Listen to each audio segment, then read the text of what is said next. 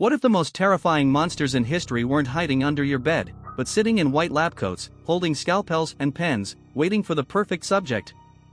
History isn't just a collection of dates and names, it's a graveyard of secrets, and some of those graves were never meant to be opened.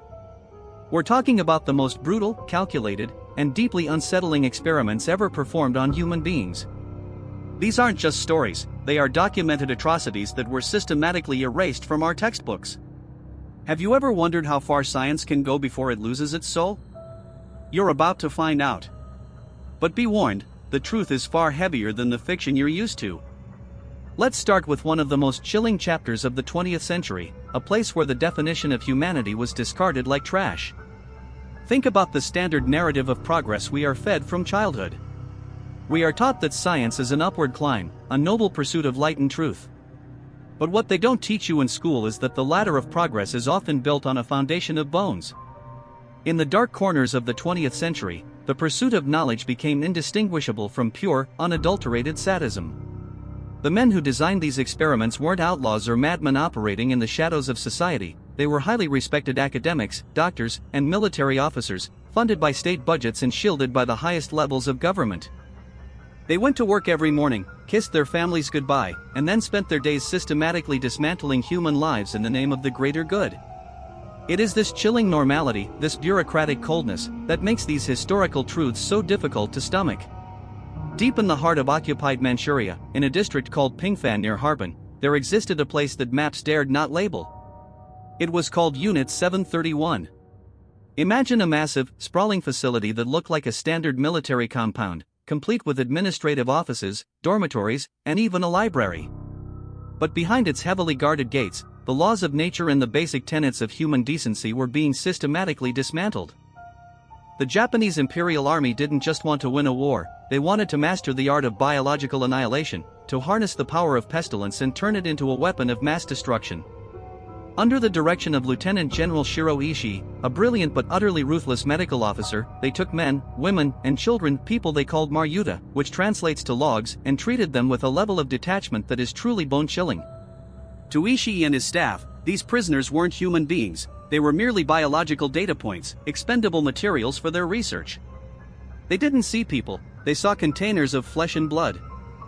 They performed vivisections without anesthesia, believing that the use of anesthetics would alter the physiological reactions and ruin the purity of the data. They cut open living, conscious subjects to study how the human body reacts to extreme trauma, how internal organs fail, and how pathogens like the bubonic plague, cholera, and anthrax ravaged the system in real time. They would infect a subject, wait for the symptoms to peak, and then slice them open to inspect the damage while the heart was still beating. It wasn't just about killing, it was about observing the precise moment the light left a human eye. But that wasn't even the worst part. The worst part was the clinical efficiency and the sheer variety of their cruelty. Scientists would record these horrors in meticulous journals, sketching detailed anatomical diagrams and sipping tea while they watched the unthinkable unfold. They subjected prisoners to centrifugal force, spinning them to death to see how much pressure the human brain could withstand. They placed subjects in high-pressure chambers until their eyes literally popped from their sockets. They tested flamethrowers and grenades on prisoners tied to stakes at varying distances, measuring the exact blast radius and thermal damage on living human flesh.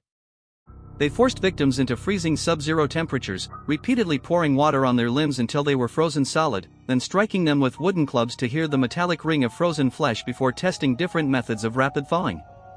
They wanted to know how much a human could endure before the mind and body shattered. And even after the war, many of these monsters walked free. Through a secret agreement known as the MacArthur Deal, the United States government granted immunity to Shiro Ishii and his co-conspirators in exchange for the biological warfare data they had gathered through these horrific human experiments. They traded justice for spreadsheets of suffering. It's a haunting reminder that sometimes, the greatest villains don't wear masks or hide in caves, they are the ones who escape justice entirely, living out their lives in peaceful retirement, protected by governments hungry for their stolen, blood-soaked data. As the world plunged into the chaos of global conflict, the line between military necessity and sheer madness began to vanish. During the heat of the Cold War and the desperate final years of the world wars, governments weren't just building bombs, they were building the perfect weapon. This meant manipulating the human mind and body until they were nothing more than puppets. Think about the clandestine programs designed to control behavior, to erase identities, and to create soldiers who felt no fear, no empathy, and no pain. It sounds like a dystopian movie, but the reality was far more tangible and far more gruesome. In the United States, under the shadow of the threat of Soviet brainwashing, the CIA initiated Project MKUltra. This was not a small, isolated research project, it was a massive, decades-long endeavor that spanned across dozens of universities, hospitals, and prisons. They experimented with chemical agents, heavy hallucinogens, and extreme sleep deprivation to see if they could break a person's will and rebuild it from scratch. They wanted to know if you could build a spy who didn't even know they were a spy, or if you could program an assassin to strike on command and then completely forget the act. They pumped unwitting subjects with experimental drugs, including massive, repeated doses of LSD.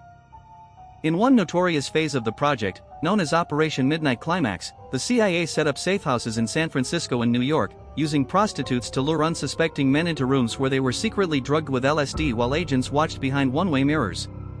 They watched as their personalities dissolved into a haze of paranoia, terror, and confusion. But there was a darker layer to this.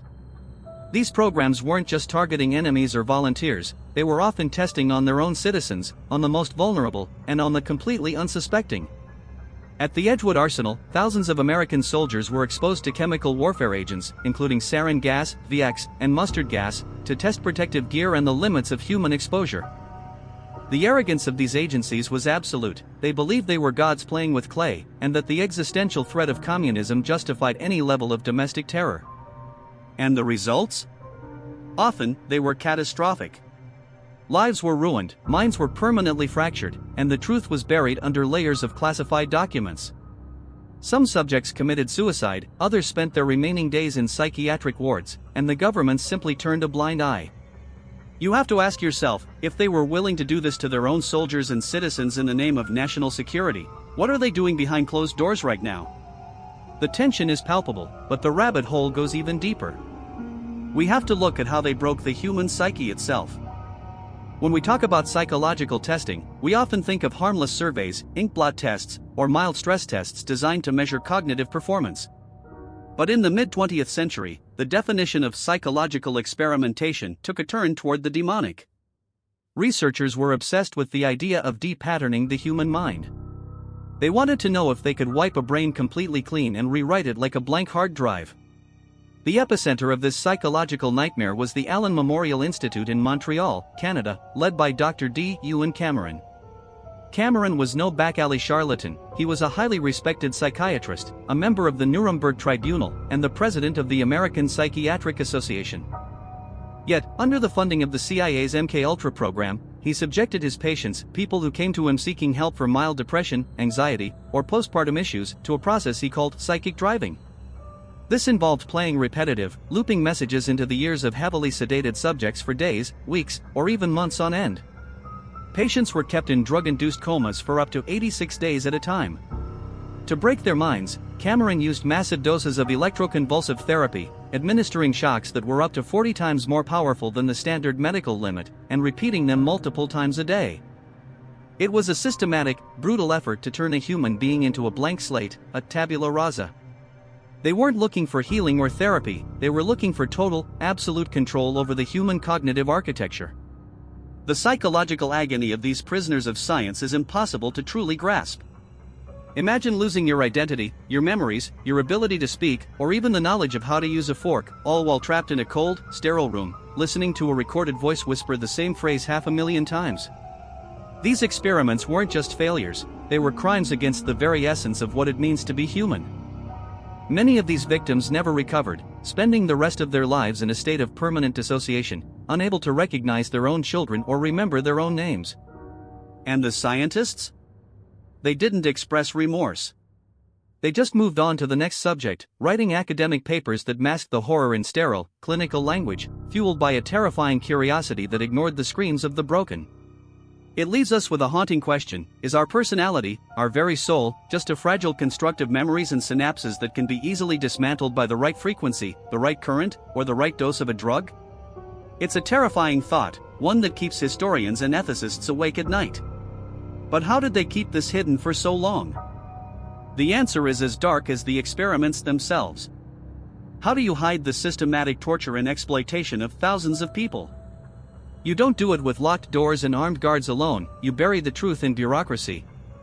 Governments are masters of the redacted document and the classification stamp.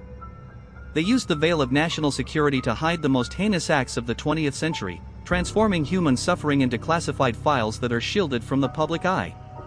For decades, these records were locked away in deep subterranean vaults, guarded by people who were sworn to silence under the threat of federal prosecution. They used the threat of treason, the immense power of the press, and the pervasive influence of the military-industrial complex to ensure that the public never knew the true cost of their scientific progress. Even when survivors tried to speak out, when they attempted to tell their families or doctors about the bizarre druggings, the shocks, or the secret facilities, they were labeled as paranoid schizophrenics, ignored by the medical establishment, or simply made to disappear. The systematic cover-up wasn't just about protecting the reputations of politicians, it was about protecting the flow of highly valuable data. Data that was often bought with the blood of innocent subjects. Consider Operation Paperclip, where the United States imported hundreds of Nazi scientists, rocket engineers, and medical researchers after World War II, scrubbed their records of war crimes, and placed them in high-ranking positions in the military and space programs. They traded immunity for secrets, allowing war criminals and unethical researchers to relocate, change their names, and continue their work in the shadows of prestigious new institutions. It's a masterclass in global manipulation. In 1973, when the public began to ask questions, CIA Director Richard Helms ordered all MKUltra files destroyed, burning boxes of records to ensure that the full extent of the horror would never be known. They knew that if the public ever saw the unvarnished reality of these experiments, the backlash would be uncontrollable. So, they waited. They waited for the survivors to grow old and die, for the physical evidence to decay, and for the world to move on to the next crisis. They banked on our collective apathy and our short attention spans. But history has a way of leaking through the cracks. Bits and pieces started to surface, a declassified file missed by the shredder here, a brave whistleblower there, a forgotten journal discovered in an attic. And slowly, the picture became clear. It wasn't a series of isolated, rogue incidents, it was a global phenomenon of unchecked, state-sponsored power. But what does this mean for us today? Are we really living in a more enlightened, ethical age, or have we just become better at hiding the shadows? Today, we look back at these historical atrocities with a comfortable sense of moral superiority.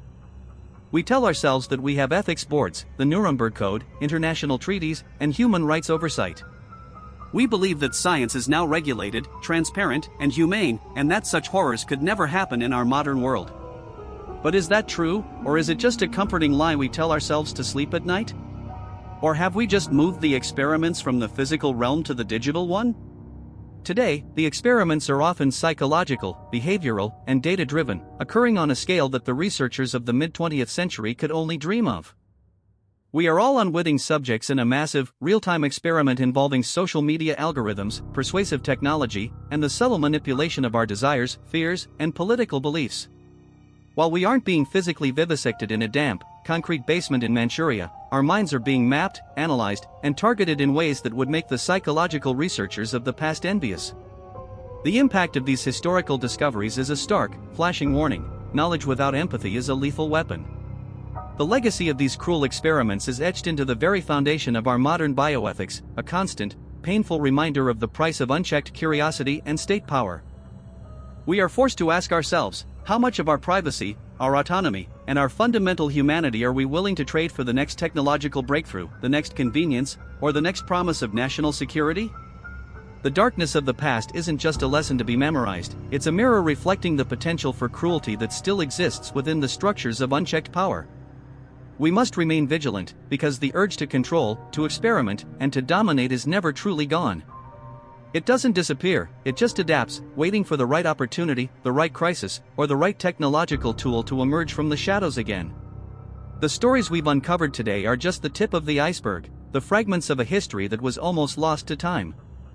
We must continue to question authority, to investigate the margins, and to demand the truth, no matter how uncomfortable, terrifying, or costly it might be. The shadows are deep, the archives are vast, and the secrets are many. There are still countless mysteries left to discover, and the truth is waiting to be found.